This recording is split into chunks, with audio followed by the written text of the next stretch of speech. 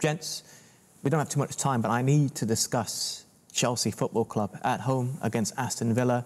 They get a man sent off, and then they concede a goal. Ollie Watkins with what proved to be the winner. That's 0 goals in 3 matches, by the way. It's 5 points in 6 matches. They're in 14th place. I think, 4 points above the relegation zone. That's the red, which was initially a yellow, and then it was upgraded, if I can call it that, to a red after a lengthy VAR review.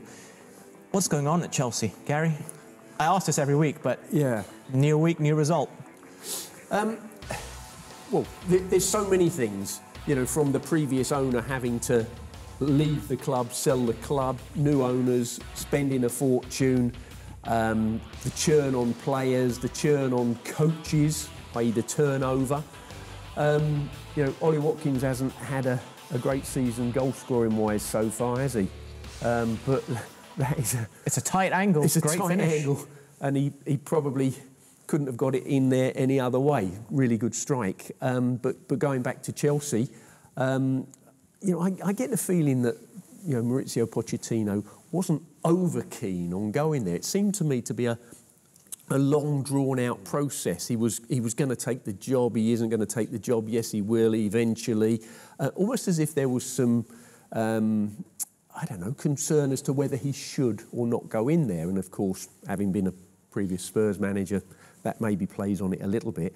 And now, of course, he'll stick at it. Of course, he'll turn it round. They have the resources.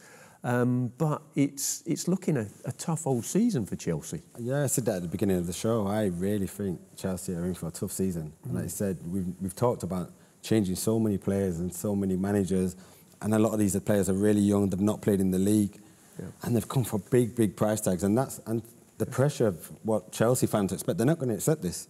And like you said, they're on 5 points in 6 games, no goals in 3 games for Chelsea. It's unheard of.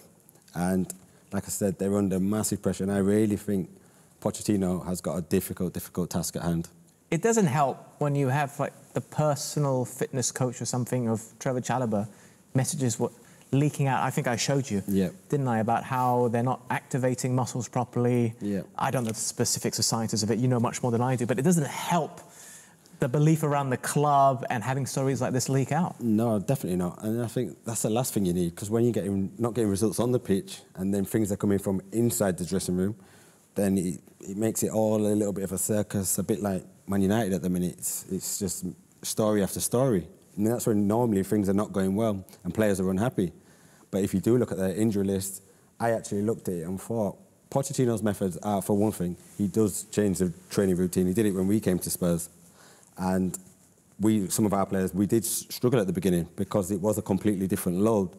And maybe that is playing part.